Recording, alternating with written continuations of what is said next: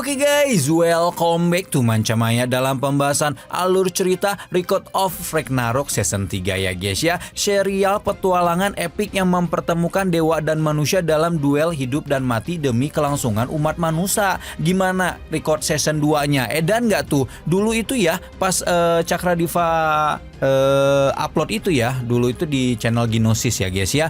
Itu tuh yang pas season satunya itu tembus berapa juta coba view-nya. Edan banget sih sumpah. Nah jadi nggak usah lama-lama, langsung aja kita terobos atuh ya. Kepanikan langsung menyelimuti Brunhilde dan Gol saat melihat sang Buddha tergeletak dengan luka serius. Namun di luar dugaan kondisi Buddha ternyata tidak separah yang terlihat. Bahkan ia masih sempat meminta permen cola seolah tidak terjadi apa-apa. Setelah dibawa untuk pemeriksaan, Brunhilde meminta Gol untuk terus mengawasi kondisinya. Di koridor Valhalla, Brunhilde berpapasan dengan Michelle Nostradasmus.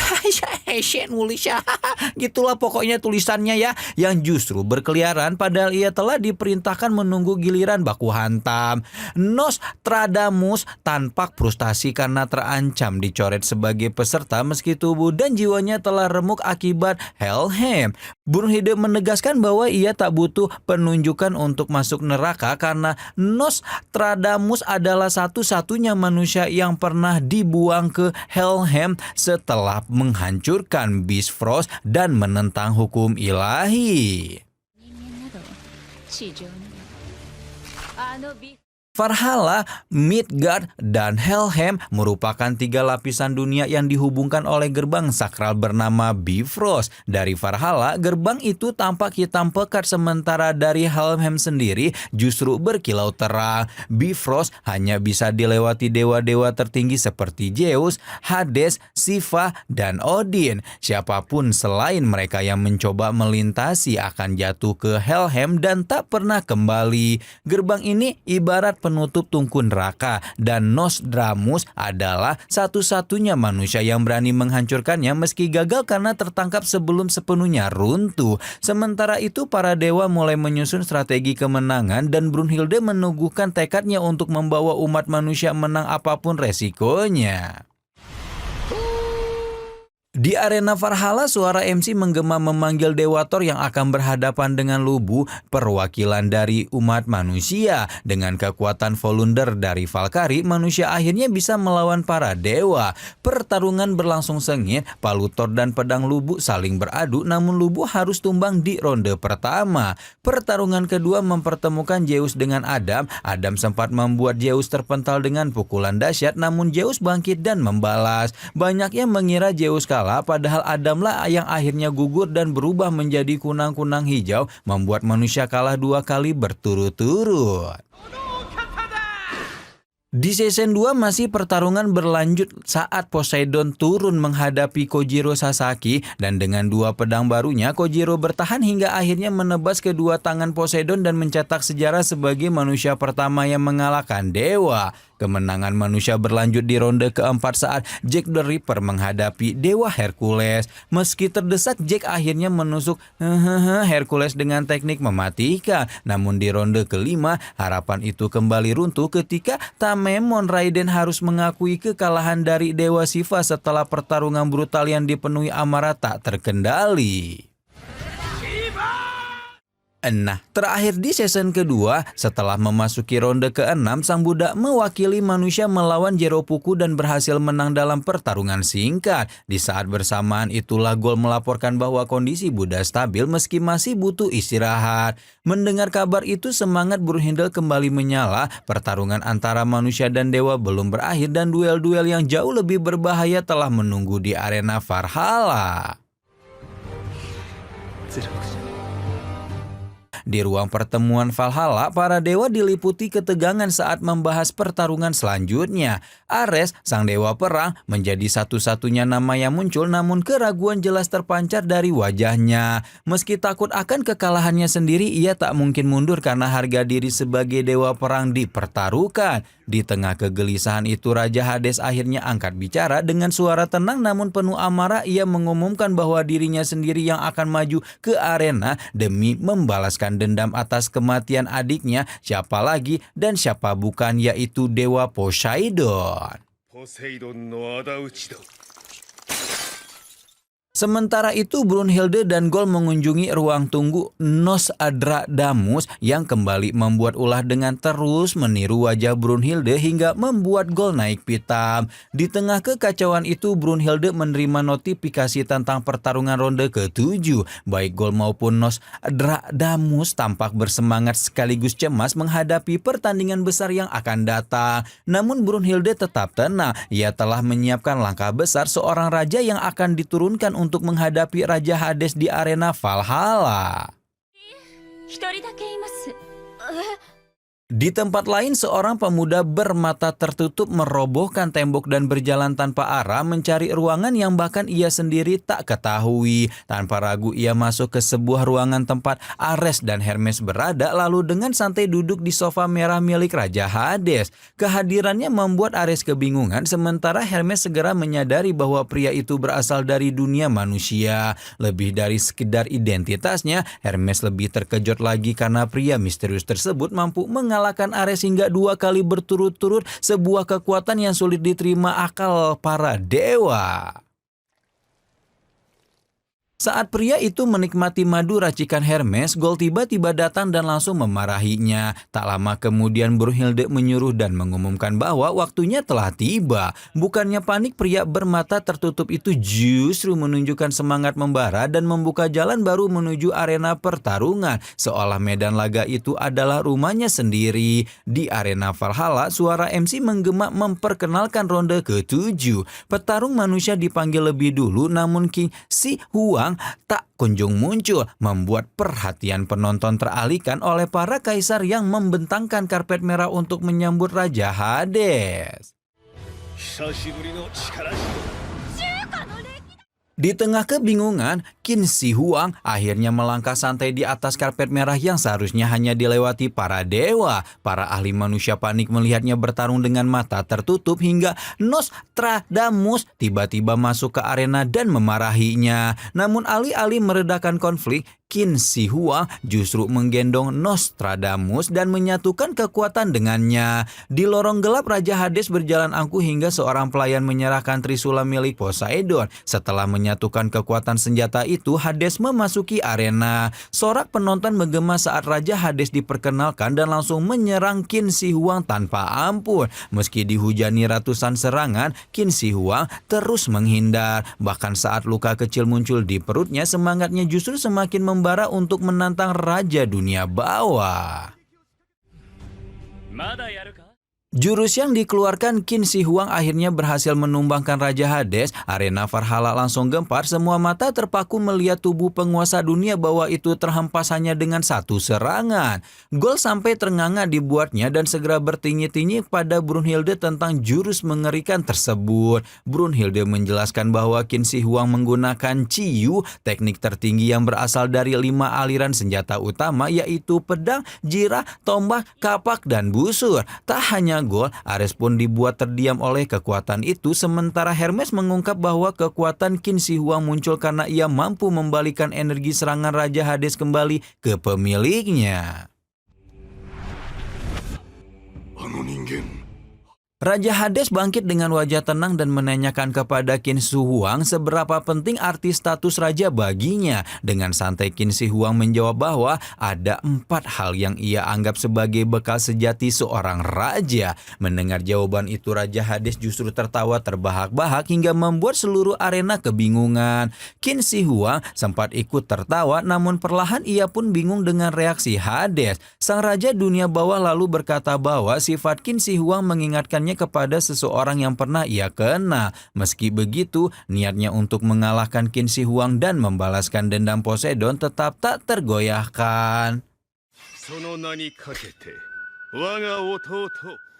Keduanya kembali memasang kuda-kuda dan bersiap mengeluarkan kekuatan terbaik. Qin Shi Huang yakin mampu menahan serangan tombak trisula milik Raja Hades, namun Hades sudah membaca pergerakannya dan menggunakan taktik lain. Serangan itu berhasil menembus pertahanan Qin Shi Huang hingga membuatnya terdesak dan tak sanggup menahan tekanan. Darah mengalir, memaksa Qin Shi Huang membuka penutup matanya untuk pertama kali di arena pertarungan.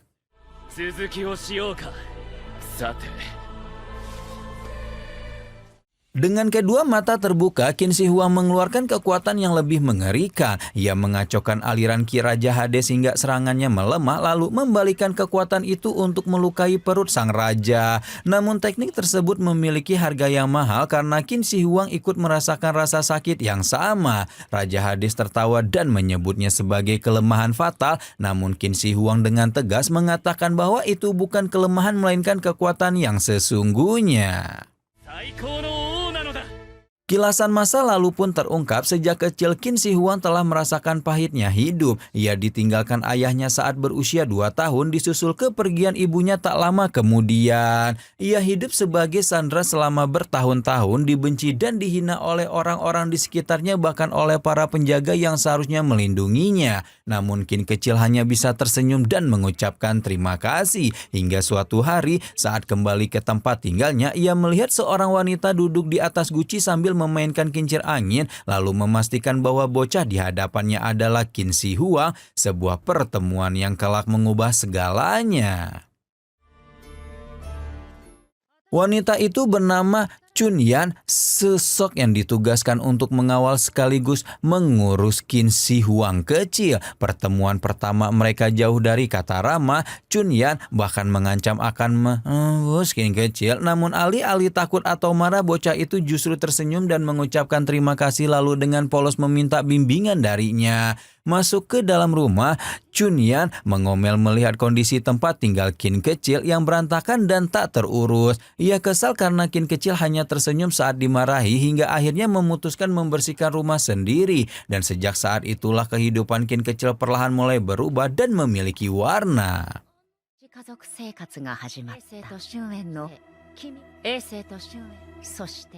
Hari berlalu, Chun Yan mulai menemani Qin kecil ke pasar. Ia membelikan mantau yang sejak tadi hanya bisa dipandangi Qin kecil dari kejauhan. Para pedagang yang awalnya ramah pada Chun Yan mendadak berubah dingin saat melihat Qin kecil bersamanya. Bahkan ada yang melempar mantau ke arahnya hingga menarik perhatian warga sekitar. Seperti biasa, Qin kecil hanya menunduk dan meminta maaf atas keberadaannya. Malam harinya Chun Yan mendapati tubuh Qin kecil penuh luka. Ia mengira itu ulah warga desa, namun Qin kecil menjelaskan bahwa ia merasakan luka setiap kali melihat orang lain terluka. Fenomena ini disebut synesthesia mirror touch, sebuah kondisi yang membuatnya ikut menanggung penderitaan orang lain hanya dengan melihatnya. Kondisi itu semakin parah karena kebencian rakyat Zhou yang sejak lama tertuju kepadanya. Qin kecil bahkan merasakan kebencian itu sebagai luka nyata di tubuhnya sendiri. Meski menahan rasa sakit, ia tetap tersenyum dan mengatakan semuanya akan baik-baik saja. Namun tubuhnya tak sanggup lagi menahan beban itu. Chun Yan yang melihatnya justru marah dan tak terima. Ia mengajarkan Qin kecil untuk mengekspresikan perasaannya, bukan terus memendamnya. Untuk pertama kalinya Qin kecil menangis dan meluapkan semua yang ia rasakan, mempertanyakan mengapa ia harus dibenci dan menanggung penderitaan itu. Malam itu ia tertidur setelah melepaskan semua emosinya. Keesokan paginya, Chun Yan memberikan kain kecil sebagai penutup mata agar Qin kecil tak lagi melihat luka orang lain dan merasakan perih yang sama. Sejak saat itu, Qin kecil mulai menikmati hidup baru bersama Chun Yan, tertawa, menangis, dan marah sesuai dengan perasaannya. 2 tahun kemudian, 2 raja meninggal bersamaan dan Zixu naik tahta sebagai Raja Qin. Qin kecil ditetapkan sebagai putra mahkota dan diizinkan kembali ke Qin. Dalam perjalanan, mereka diserang oleh pasukan musuh. Chun Yan menghadapi mereka sendirian demi melindungi Qin kecil dan terluka parah. Di saat terakhirnya, Chun Yan mengungkapkan bahwa ia pernah berniat membunuh Qin kecil, namun berubah setelah melihat penderitaan yang ia alami dan menganggapnya sebagai anaknya sendiri. Setelah menyampaikan pesan agar Qin kecil tetap berpegang kepada keyakinannya, Chun Yan menghembuskan napas terakhirnya. Qin kecil akhirnya tiba di Xianyang dan pada tahun 247 sebelum Masehi, ia naik tahta sebagai Raja Qin di usia 12 tahun. Hanya dalam 25 tahun, Qin Shi Huang menjadi kaisar pertama yang menyatukan seluruh Tiongkok. Dan kembali ke arena pertarungan, Gold menangis mendengar kisah hidup Qin Shi Huang. Pertarungan ronde ke-7 masih berlangsung sengit. Raja Hades dan Qin Shi Huang sama-sama menunjukkan kekuatan terbaik mereka tanpa sedikit pun niat untuk mundur. Setiap serangan yang dilancarkan terasa semakin berat dan mematikan. Qin Shi Huang mengandalkan kecepatan serta tekniknya, sementara Hades mengerahkan kekuatan brutal khas penguasa Helheim. Arena Valhalla dipenuhi suara benturan senjata dan teriakan penonton yang menahan napas, menyadari bahwa satu kesalahan kecil saja bisa menentukan hasil pertarungan ini.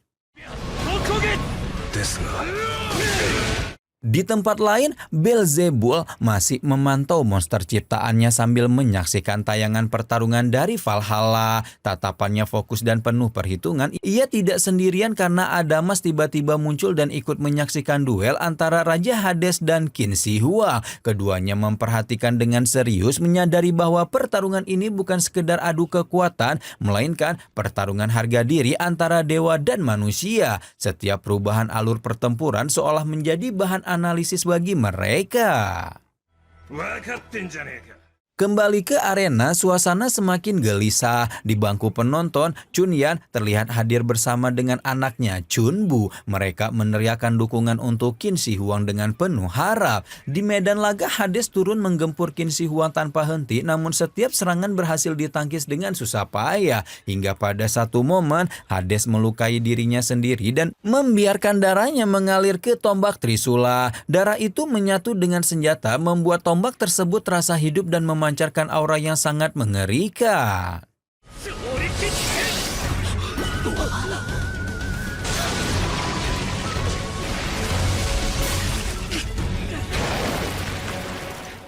Tombak hidup itu membuat Qin Shi Huang mulai kewalahan. Beberapa serangannya berhasil menembus pertahanannya dan merusak jirah yang ia kenakan. Meski demikian, Qin Shi Huang tidak menyerah. Ia dan Nostradamus saling terhubung, mencoba membaca pola serangan Hades dan mencari celah untuk membalikan keadaan. Pada dua serangan terakhir, Nostradamus berubah wujud menjadi pedang jirah yang menyatu dengan Qin Shi Huang, menjadi senjata terakhir yang bisa diandalkan dalam pertarungan hidup dan mati ini.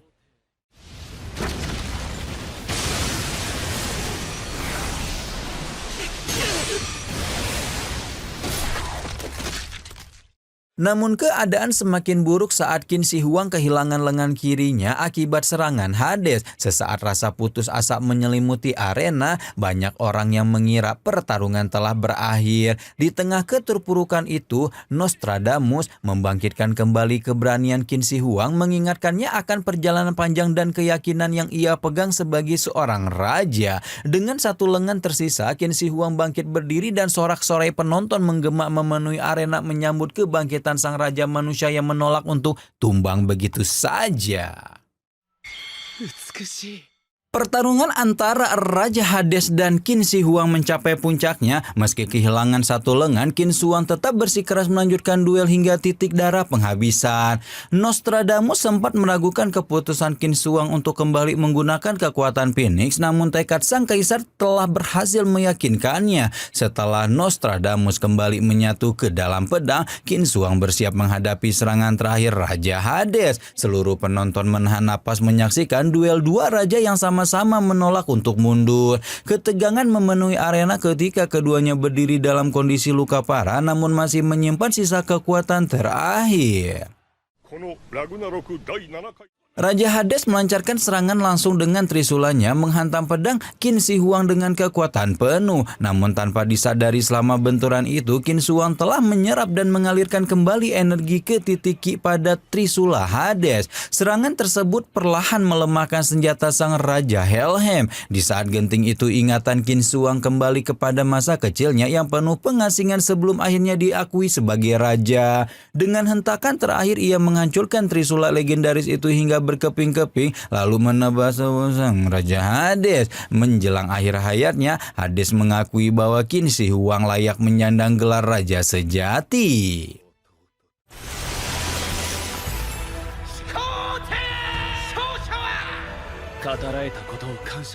Sebagaimana biasanya Qin Shi Huang turut menanggung luka yang sama beratnya, kemenangan akhirnya berpihak kepada manusia setelah Raja Helheim tumbang. Nostradamus kembali ke wujud aslinya dan membantu Qin Shi Huang melangkah keluar arena. Keduanya berjalan tertati-tati dengan tubuh penuh luka, saling menopang hingga mencapai pintu keluar. Namun tepat di ambang pintu, Qin Shi Huang tak lagi mampu bertahan dan ambruk. Kemenangan itu segera menjadi perbincangan hangat di kalangan dewa maupun manusia yang terkejut melihat Trisula Hades yang terkenal perkasa bisa dihancurkan.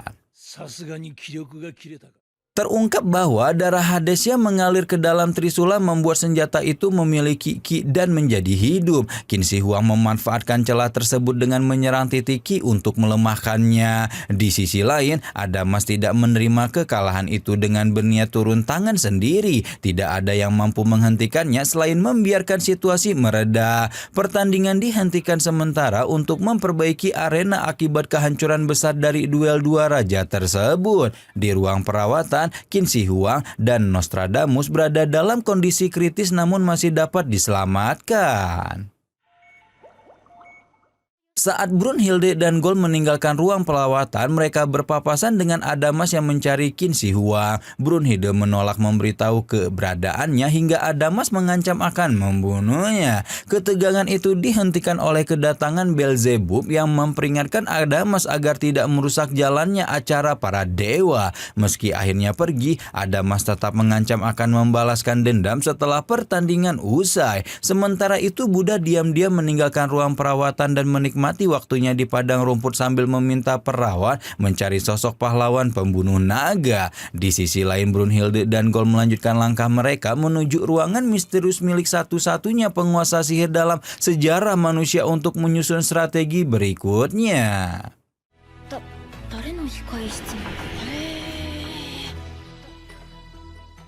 Di sebuah ruangan penuh papan tulis dan rumus, Nikola Tesla tampak tenggelam dalam perhitungan kompleks. Ia dikenal sebagai penemu arus bolak-balik, perangkat nirkabel, dan lampu neon, serta dijuluki ilmuwan gila karena pemikirannya yang melampaui zaman. Banyak orang menyebut risetnya seperti sihir, namun Tesla sendiri menolak anggapan itu. Baginya semua pencapaian lahir dari teori, logika, dan eksperimen, bukan dari kekuatan goib. Brunhilde datang menemuinya tanpa basa-basi dan langsung menyampaikan tujuan kedatangannya. Ia meminta Tesla menjadi wakil manusia dalam pertarungan berikutnya. Untuk itu ia memanggil Gondul sebagai Valkyrie pendampingnya. Keduanya menyatu melalui Volunda dan menghasilkan energi luar biasa yang siap digunakan di arena Ragnarok.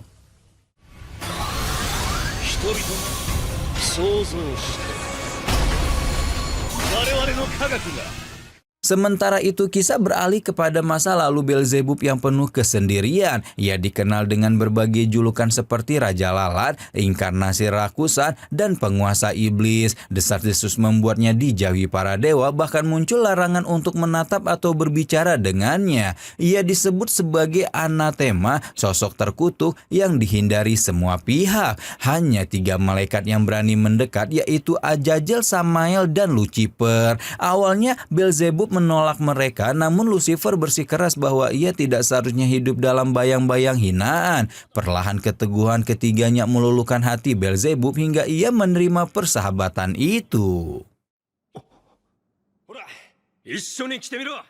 Hari-hari Beelzebub berubah, ia bermain, tertawa, dan bahkan mencuri apel terlarang di Taman Eden bersama ketiga sahabatnya. Untuk pertama kalinya ia merasakan kebersamaan dan menganggap hidupnya kembali bermakna. Namun kebahagiaan itu tidak bertahan lama. Suatu hari ia terbangun dan mendapati ketiga sahabatnya telah tewas dengan luka serupa di tubuh mereka. Kejadian itu menggoncangnya dan membuat tudingan lama tentang dirinya kembali terngiang. Dalam kesedihan ia menemukan satu tujuan baru, yaitu memburu dan membunuh setan yang diyakini telah merenggut nyawa sahabat-sahabatnya.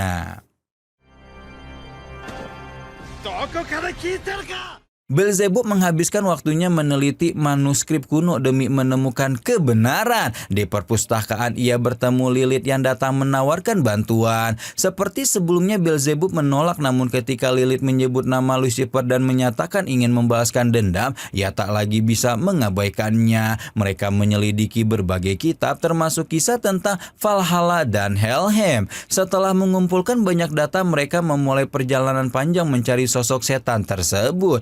Meski tak menemukan jawaban pasti, suatu malam Beelzebub bermimpi melihat setan itu bersama para sahabatnya yang telah tewas. Ia terbangun dengan napas tersenggal dan Lilith menenangkannya. Keduanya berjanji untuk saling melindungi dalam pencarian itu.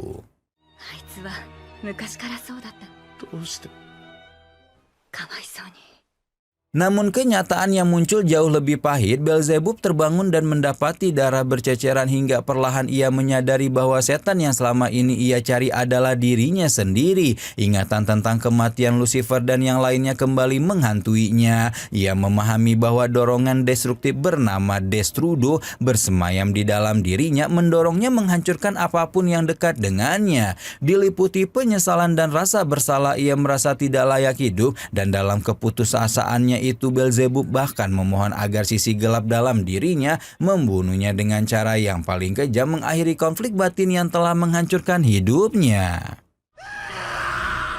Di balkon kehormatan Valhalla, Brunhilde menatap tajam ke arah arena yang baru saja selesai direnovasi, di mana sisa-sisa tekanan spiritual dari pertarungan epik Qin Shi Huang masih terasa menggetarkan udara. Brunhilde tahu betul bahwa musnahnya jiwa asal Raja Hades telah membuat kubu dewa ketar-ketir, hingga akhirnya mereka terpaksa menurunkan Beelzebub sebagai perwakilan di ronde ke-8.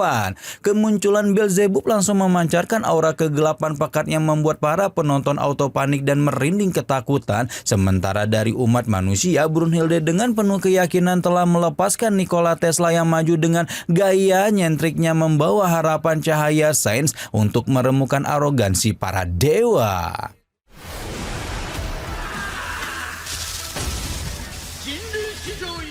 Tanpa banyak babi ibu, Nikola Tesla malah berjalan santai mendekati Beelzebub, di mana Tesla justru berputar mengelilingi dewa lalat itu sambil mengoceh menganalisis kekuatannya yang membuat seluruh penonton terbagung-bagung melihat kelakuan kelewat santai tersebut. Sikap Tesla yang seolah menganggap remeh itu langsung memicu niat membunuh Beelzebub yang seketika meledak dalam mode setan, lalu menebaskan serangan mematikan yang membelah lantai arena hingga merobohkan tiang raksasa di dekatnya. Melihat serangan destruktif itu, Tesla bukannya mundur malah semakin kegirangan tertantang, di mana Tesla langsung memamerkan kekuatan sains umat manusia dengan melancarkan rentetan pukulan presisi tingkat tinggi yang memaksa Beelzebub terus menghindar ke sana kemari.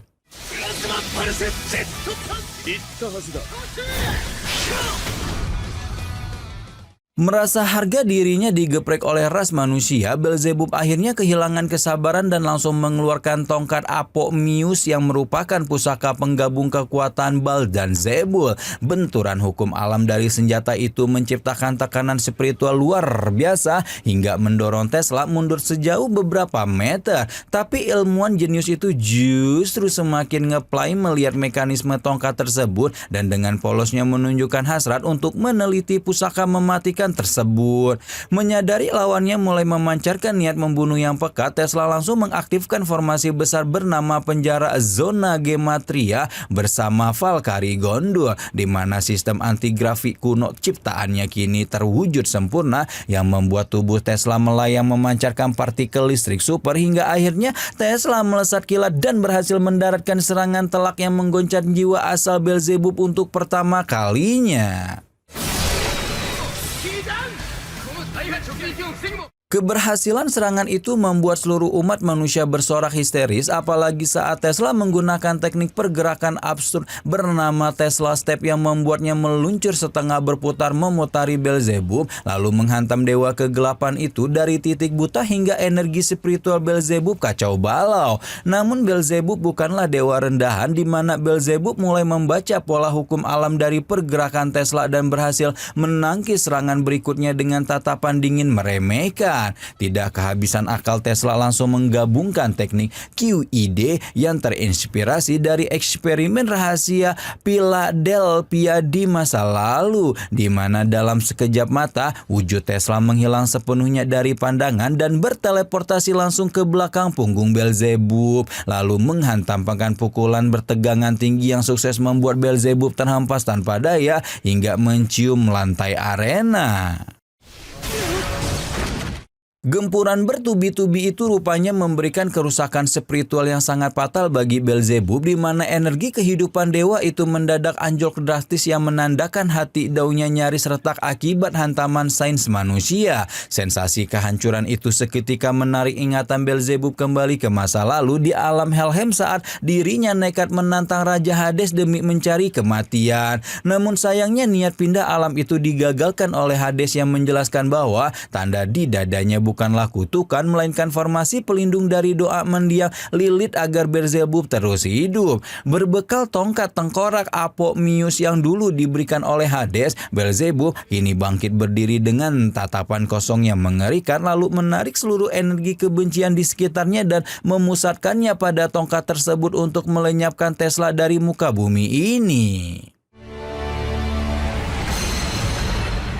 Menggunakan teknik terlarang dari kedalaman Helheim, Beelzebub menyatukan kekuatan Baal dan Zebul yang menciptakan ledakan energi destruktif supermasif, di mana gelombang kejutnya menghancurkan arena Valhalla menjadi debu dan menyisakan kawah raksasa yang mengerikan. Efek benturan itu membuat zirah pertahanan Tesla retak parah hingga energi spiritualnya terkuras habis. Namun betapa terkejutnya para dewa saat melihat Tesla dan Valkyrie Gondul masih berdiri tegak menolak untuk menyerah. Di tengah rasa sakit yang mendera jiwa asalnya itulah ingatan Tesla melayang pada sosok mendiang kakaknya Dan Tesla yang dulu mengajarinya arti pantang menyerah dalam membangun kincir angin di tengah badai, di mana kenangan manis itulah yang kini menjadi bahan bakar abadi bagi Tesla untuk terus melangkah maju menantang takdir.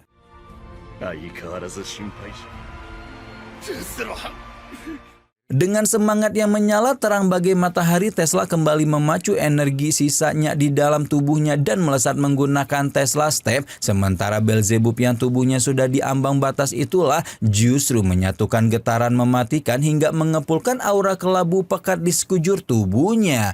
Brunhilde menahan napasnya menatap ketegangan di bawah sana, di mana Nikola Tesla yang tersenyum penuh keyakinan langsung memancarkan cahaya listrik paling beringas yang pernah diciptakan umat manusia, lalu menerjang maju melancarkan pukulan beruntun berkecepatan cahaya yang berbenturan keras dengan pertahanan mutlak Beelzebub, menciptakan ledakan hukum alam yang membuat seluruh penonton di arena Valhalla terdiam menanti siapa yang akan dikirim pindah alam dalam pertarungan gila ini. Tanpa banyak babi bu lagi, Tesla langsung menghentakkan kakinya dan melesat maju melancarkan rentetan pukulan berkecepatan cahaya untuk menembus pertahanan mutlak tongkat Apomius milik Beelzebub, di mana benturan energi demi energi meledak menggoncang arena hingga menciptakan riak di ruang dimensi.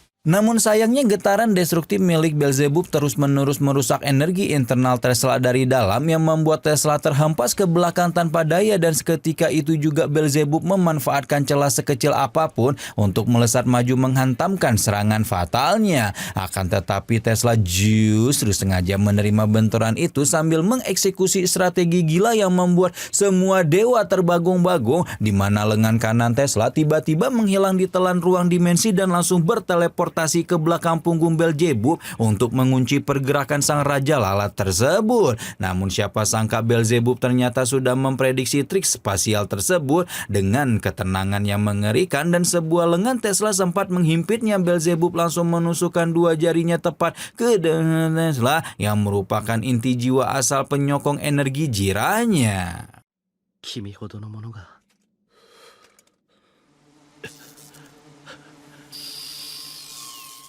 Serangan mematikan itu seketika menghancurkan energi pamungkas Tesla di mana tubuh fisik Tesla dan wujud spiritual Gondul mulai retak bercahaya dan hancur menjadi debu yang berterbangan di udara. Meskipun wujudnya sedang dikirim pindah alam detik itu juga, Tesla sama sekali tidak menunjukkan raut ketakutan apalagi penyesalan, melainkan Tesla justru mengukir senyuman paling epik yang membuktikan bahwa ilmu pengetahuan manusia tidak akan pernah tunduk pada hukum alam para dewa. Kemenangan telak Beelzebub langsung membuat seisi arena Valhalla tenggelam dalam keheningan yang mencekam sebelum akhirnya meledak dalam perdebatan riuh, di mana sebagian penonton kubu dewa merasa ngeri melihat betapa ngerinya kekuatan getaran Beelzebub, sementara umat manusia tetap bersorak bangga karena Tesla telah membuktikan umat manusia bisa bertarung sejajar melawan dewa tertinggi. スーツに搭載した全機能を本当にすごい技だったわ。 Di tribun kehormatan Valkyrie, pertahanan mental Gol akhirnya hancur berkeping-keping melihat kepergian Tesla dan Gondul, di mana Gol langsung menangis sejadi-jadinya memanggil nama kakak perempuannya dengan hati yang remuk redam. Di sisi lain, Brunhilde yang tak sanggup lagi melihat pemandangan menyayat hati itu memilih menyingkir ke ruang pribadinya dalam keheningan, di mana Brunhilde langsung menjatuhkan diri dan menangis terseduh-seduh di bawah pancaran cahaya roh para pejuang Ragnarok yang telah mengorbankan jiwa asal mereka. Namun momen emosional Brunhilde mendadak buyar ketika Buddha tiba-tiba saja sudah nongkrong santai di dalam kamarnya tanpa permisi, dan suasana yang tadinya sedih seketika berubah tegang saat Buddha dengan nada usil menyebut nama terlarang yaitu Siegfried. 正直意外だったよ。 Mendengar nama itu disebut, wajah Brunhilde auto berubah kaku dan tanpa basa-basi langsung menyangkal keterlibatannya sambil bergegas melangkah pergi meninggalkan Buddha yang hanya tersenyum penuh misteri melihat reaksi sang Valkyrie. Sementara itu jauh di dasar penderitaan Helheim, tepatnya di penjara bawah tanah Tartarus yang dipenuhi aura kegelapan pekat, dua penjaga iblis tampak asik berpatroli sambil menggosipkan kemenangan epik Beelzebub barusan hingga akhirnya langkah mereka terhenti tepat di depan sel tahanan paling terisolasi. Salah satu penjaga yang iseng sempat mencoba mengajak ngobrol sosok misterius di balik jeruji besi tersebut, namun rekannya langsung panik ketar-ketir dan menegurnya keras karena tahanan itu bukanlah entitas sembarangan, melainkan Siegfried, sang makhluk setengah manusia dan setengah dewa yang memiliki kekuatan mengerikan. Di dalam kegelapan sel penjaranya, Siegfried yang mendengar keributan di luar hanya menyunggingkan senyum tipis seolah hatinya sudah merasakan bahwa badai Ragnarok yang jauh lebih gila akan segera menggoncang seluruh alam semesta. つまんないな。 Pertandingan Ragnarok kini memasuki fase yang semakin bikin jantungan, di mana kedudukan antara dewa dan manusia kembali seimbang yang membuat para petinggi dewa mulai dilanda kecemasan tingkat dewa dan auto ketar-ketir. Mereka tidak lagi bisa memandang remeh kekuatan umat manusia yang berkali-kali berhasil memberikan tekanan super ngeri, sehingga dengan wajah tegang para dewa berjalan menyusuri lorong Valhalla sambil membahas potensi umat manusia yang terus berevolusi. Langkah para dewa itu akhirnya berhenti di taman megah tempat Apollo tengah asyik bersantai dikelilingi wanita-wanita pengagumnya, di mana tanpa banyak babi bu para dewa langsung meminta Apollo untuk maju sebagai wakil di ronde berikutnya. Ares yang masih trauma bahkan ikut memperingatkan bahwa manusia sekarang bukan lawan kacangan yang bisa digeprek begitu saja, tapi alih-alih panik, Apollo justru menyambut tantangan itu dengan senyum angkuh tingkat dewa sambil mengajak para pengagumnya untuk menonton pertunjukan epik di arena. 太陽神として答えねば。 Alright, beauties. Di sisi lain Valhalla, Brunhilde yang masih memendam duka mendalam atas hancurnya jiwa Nikola Tesla kini berjalan menyusuri lorong sunyi bersama Gol yang masih sesungguhkan, di mana langkah mereka menuju ke tempat petarung umat manusia berikutnya. Gerbang raksasa terbuka lebar dan sukses membuat Gol terbagung-bagung melihat pemandangan ribuan prajurit bangsa Sparta yang sedang melatih fisik mereka dengan niat membunuh yang menyala-nyala. Di tengah kerumunan monster itu, Leonidas tampak kelewat terlihat santai berbaring di ayunan gantung sambil menghisap cerutu dan membaca buku seolah dunia sedang baik-baik saja, yang membuat Brunhilde tanpa berputar-putar langsung menunjuk Leonidas sebagai petarung ronde ke-9. Mendengar angka 9, Leonidas hanya mendengus sinis dan menolak mentah-mentah tawaran itu karena Leonidas sejak awal hanya sudi bertarung di ronde pertama atau terakhir saja. Brunhilde sama sekali tidak memohon apalagi berlutut, di mana Brunhilde dengan wajah dinginnya hanya memancing emosi dengan menyebutkan nama Apollo sebagai lawan yang langsung memicu ledakan aura pembunuh. Mendengar nama dewa Gelo itu disebut, seketika ekspresi Leonidas berubah drastis masuk ke mode yang sangat mengerikan, di mana Leonidas langsung memanggil Brunhilde kembali sebelum Valkyrie itu melangkah pergi. Semangat tempur Leonidas meledak hingga membuat udara di sekitarnya bergetar hebat, di mana amarah lama kembali menyala yang membuat Leonidas bertekad bulat untuk menghancurkan jiwa Apollo di ronde ke-9. Untuk mendukung misi gilanya ini, Leonidas disatukan dengan Valkyrie kelima yaitu Georlul, di mana pertemuan pertama mereka dipenuhi ketegangan tingkat tinggi karena Leonidas dan Georlul sama-sama punya ego setinggi langit. Namun justru karena sifat keras hulu itulah jiwa mereka beresonansi sempurna, terdorong oleh rasa saling tertantang untuk mengirim Apollo pindah alam secepatnya. Hari penentuan pun tiba, di mana arena Valhalla kembali bergumuruh dahsyat ketika Apollo dan Leonidas melangkah masuk ke arena pertempuran. Begitu aba-aba dimulai bergema, tanpa banyak babi bu, Leonidas langsung melesat maju melancarkan serangannya dengan penuh amarah, yang sayangnya berhasil dihindari Apollo dengan gerakan super lincah. Keberhasilan menghindari serangan itu membuat kesombongan Apollo semakin ngeplay ke langit ke-7, yang justru semakin memancing murka Leonidas dan memaksanya mengingat kembali memori masa lalu di tahun 480 sebelum Masehi saat bangsa Sparta terancam musnah oleh gempuran Persia. Saat itu para tetua Dewan Sparta malah asik berdebat dan menolak berperang hanya karena mematuhi nubuat konyol Apollo yang melarang pergerakan militer selama festival Karneia yang sedang berlangsung, yang membuat ketegangan memuncak hingga akhirnya pemuda bertubuh raksasa bernama Leonidas bangkit berdiri dan dengan lantang mengutuk kebodohan para tetua itu. Leonidas dengan hati yang tak tergoyahkan menolak tunduk kepada nubuat Apollo, di mana Leonidas bahkan nekat menghancurkan patung raksasa Apollo hingga hancur menjadi debu sebagai bentuk pembangkangan mutlaknya kepada dewa. Bagi Leonidas, kehormatan dan kebebasan bangsanya jauh di atas segalanya, sehingga Leonidas memilih memimpin pasukan demi mempertahankan tanah kelahirannya meski harus menentang hukum alam dan tradisi kuno. Niat membunuh dan semangat petantang petenteng tanpa menyerah Leonidas sukses membakar jiwa prajurit Sparta lainnya hingga akhirnya pertempuran Thermopylae pecah, di mana 300 prajurit Sparta dengan gagah berani menghadapi ratusan ribu pasukan Persia tanpa takut sedikit pun. Keberanian gila Leonidas itu memicu kebangkitan spiritual bangsa Yunani lainnya hingga untuk ikut bertempur, yang pada akhirnya sukses memukul mundur pasukan Persia dan menjadikan nama Leonidas sebagai legenda abadi pembangkang ketidakadilan.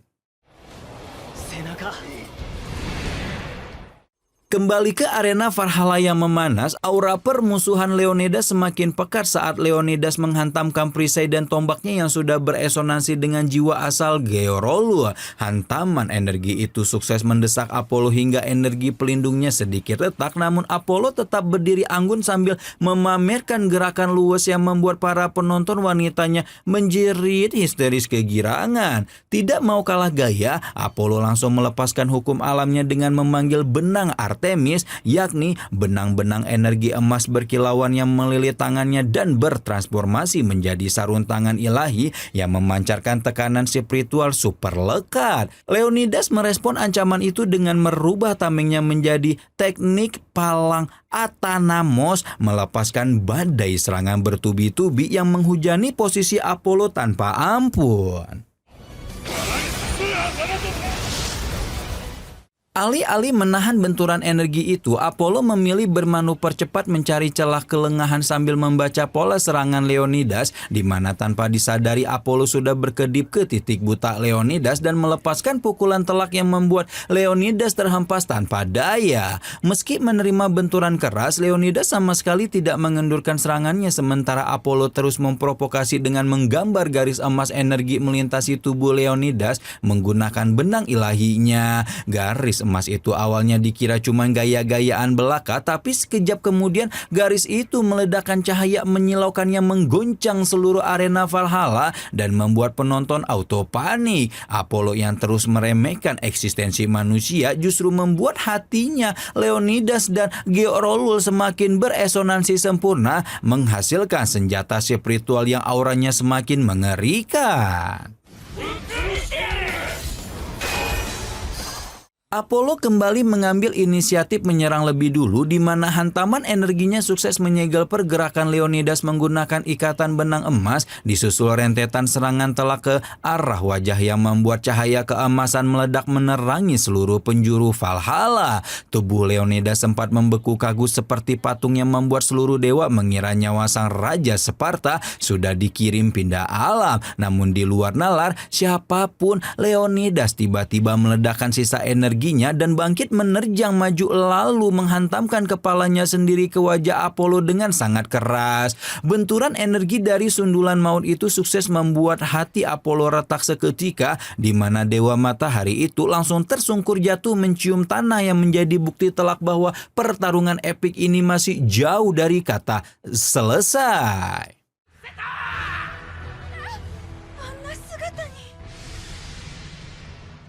Melihat Apollo tersungkur mencium tanah arena setelah menerima hantaman keras dari Leonidas, seluruh penonton dari kubu umat manusia langsung bersorak kegirangan hingga membuat tribun bergetar hebat. Di sisi lain, para dewa auto panik dan ketar-ketir melihat jagoan mereka terhempas tanpa daya, di mana Brunhilde dan Gol yang memantau dari kejauhan tak bisa menyembunyikan raut wajah puas mereka melihat momen epik tersebut. Namun suasana yang tadinya riuh seketika itu juga berubah hening mencekam saat Apollo perlahan memaksakan diri untuk bangkit meski tekanan spiritualnya sudah berantakan, di mana sang Dewa Matahari justru mengukir senyuman tipis ke arah Leonidas yang membuat semua mata terbagung-bagung. Keteguhan Apollo dalam menjaga martabatnya meski hatinya sertak membuat Zeus diam-diam memuji ketahanan mental sang Dewa Matahari yang terbukti benar-benar memahami batas kekuatan dan jati dirinya sendiri. Jauh di masa lalu, tepatnya di kuil Delphi, terdapat sejarah panjang tentang bagaimana Apollo mendapatkan pemahaman tersebut, di mana kala itu muncul entitas raksasa bernama Piton yang mengamuk layaknya kesentanan dan menghancurkan pemukiman umat manusia tanpa sisa. Pasukan elit Sparta yang mencoba menghentikan amukan Piton malah digeprek habis-habisan hingga formasi mereka hancur lebur, hingga akhirnya Apollo turun tangan tanpa banyak babi bu dan langsung memukul mundur makhluk buas tersebut dengan ledakan energi cahaya yang sangat menyilaukan. Meski Piton terus bangkit dan mencoba membalas dengan niat membunuh yang pekat, Apollo sama sekali tidak berniat mengirim makhluk itu pindah alam, melainkan terus menghancurkan topeng energi yang menutupi wajah Piton hingga wujud aslinya yang penuh luka batin terungkap. Alih-alih merendahkan wujud Piton asli yang selalu dianggap monster oleh entitas lain, Apollo sendiri justru memberikan pujian tulus yang membuat hati Piton bergetar hebat, yang pada akhirnya membuat Piton menundukkan kepalanya dan membangun kuil megah di Delphi sebagai bentuk penghormatan seumur hidup. Kembali ke arena Valhalla yang kini dipenuhi aura ketegangan tingkat tinggi, Apollo dan Leonidas kembali memusatkan seluruh energi sisanya spiritual mereka untuk melancarkan serangan penentuan. Melihat tekad Leonidas yang membara layaknya api abadi, Apollo langsung memutar benang emas ilahinya dan memanggil manifestasi Artemis ke tengah arena, di mana patung emas raksasa itu menjulang tinggi menembus langit dan membentuk busur panah raksasa yang memancarkan tekanan spiritual yang sangat mengerikan.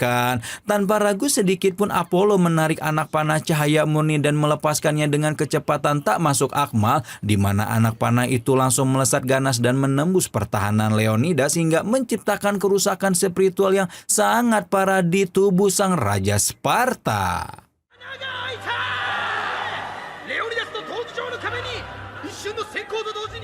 Serangan panah Dewa Matahari itu membawa hukum alam yang sangat absolut hingga nyaris mustahil untuk ditangkis. Namun Leonidas yang sudah masuk ke mode setan sama sekali tidak gentar dan langsung menyatukan kembali resonansi jiwanya dengan Gerolul. Saat Apollo melepaskan anak panah terakhir yang mengarah tepat ke titik fatalnya, Leonidas mengayunkan perisainya dengan kekuatan penuh dan berhasil memantulkan serangan pamungkas itu kembali ke arah pemiliknya. Anak panah cahaya itu berbalik arah dengan kecepatan gila dan langsung menghantam dada Apollo dengan ledakan energi yang sangat masif, membuat sang Dewa Matahari terhuyung hebat dan kembali ambruk ke tanah dengan jiwa asal yang nyaris musnah.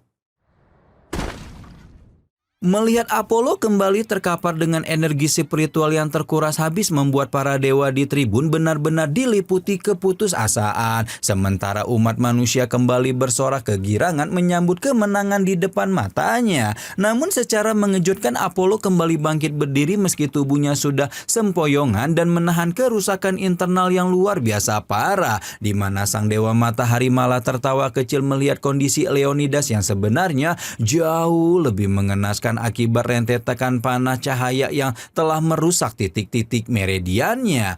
Tanpa membuang waktu lagi, Leonidas langsung menyatukan sisa jiwanya dengan Gerolul untuk membentuk perisai terkuat bernama Alethesia Sparta sambil melangkah maju dengan prinsip pantang mundur untuk memberikan serangan penghabisan. Di sisi lain, Apollo merespon tantangan itu dengan mengubah busur emasnya menjadi tali energi raksasa yang melilit tubuhnya sendiri, memusatkan seluruh hukum alam cahaya untuk melesat maju bagaikan peluru meriam yang siap menghancurkan apapun di depannya.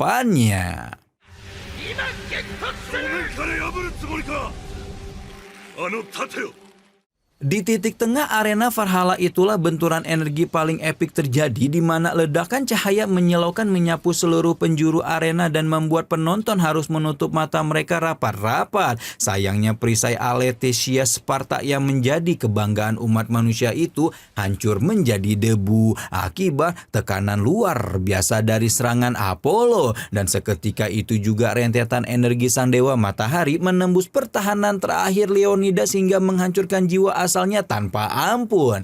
Sang Raja Sparta masih berusaha melayangkan pukulan terakhir dengan sisa tenaganya, namun sayangnya tangannya tak pernah mencapai wajah Apollo hingga akhirnya tubuh Leonidas perlahan hancur berkeping-keping menjadi partikel cahaya yang langsung disambut oleh tangisan histeris pasukan Sparta yang harus merelakan pemimpin mereka pergi pindah alam selamanya. Dengan musnahnya eksistensi Leonidas, papan skor kembali berpihak kepada para dewa menjadi 5-4, di mana Apollo yang memenangkan pertarungan langsung dibopong oleh Python meninggalkan arena untuk memulihkan hatinya yang nyaris hancur lebur.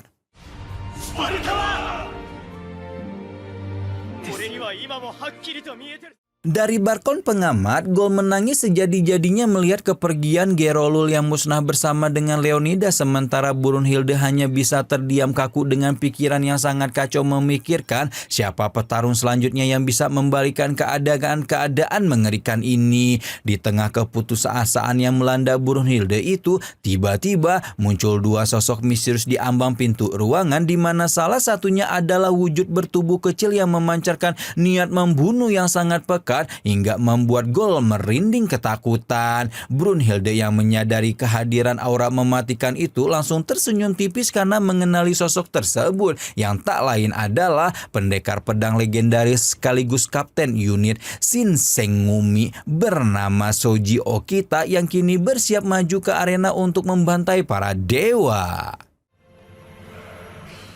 Sementara itu di lorong gelap Valhalla yang jauh dari keramaian penonton, Odin tampak memancarkan aura membunuh yang sangat dingin saat berhadapan dengan Buddha yang kini menyandang gelar dewa pengkhianat. Buddha tanpa rasa takut sedikit pun terus mencecar Odin tentang alasan sebenarnya mengapa Siegfried dikurung di penjara Tartarus, di mana Buddha sangat yakin bahwa ada konspirasi gelap yang melibatkan masa lalu Brunhilde hingga membuat Odin bereaksi dengan emosi yang meledak-ledak.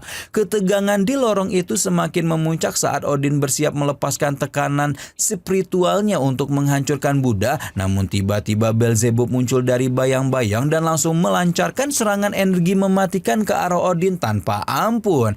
Beelzebub dengan tatapan tajamnya langsung membongkar rahasia terbesar Odin yang selama ini disembunyikan rapat-rapat, di mana Dewa Lalat itu menuduh Odin sedang merencanakan kebangkitan Arche, sang entitas asal mula kosmos, dan berniat menghidupkan kembali para dewa primordial, yang memastikan bahwa turnamen Ragnarok ini bukan sekedar ajang adu mekanik, melainkan panggung untuk konspirasi kehancuran alam semesta yang sesungguhnya.